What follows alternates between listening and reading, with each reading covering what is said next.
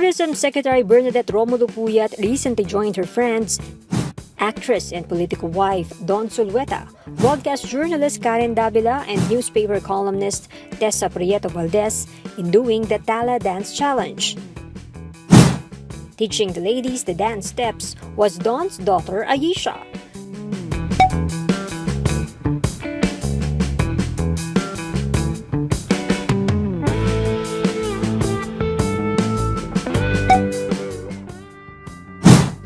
The dance showdown of the four titas took place in a beach while they were visiting Palawan over the weekend.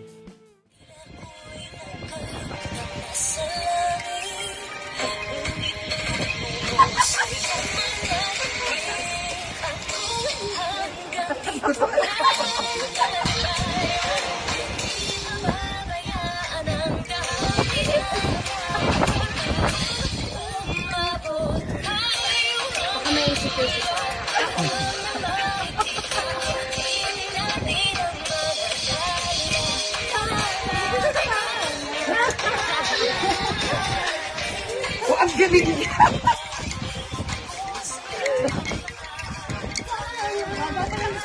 Haba pala nito. Oo, napapagod na ako.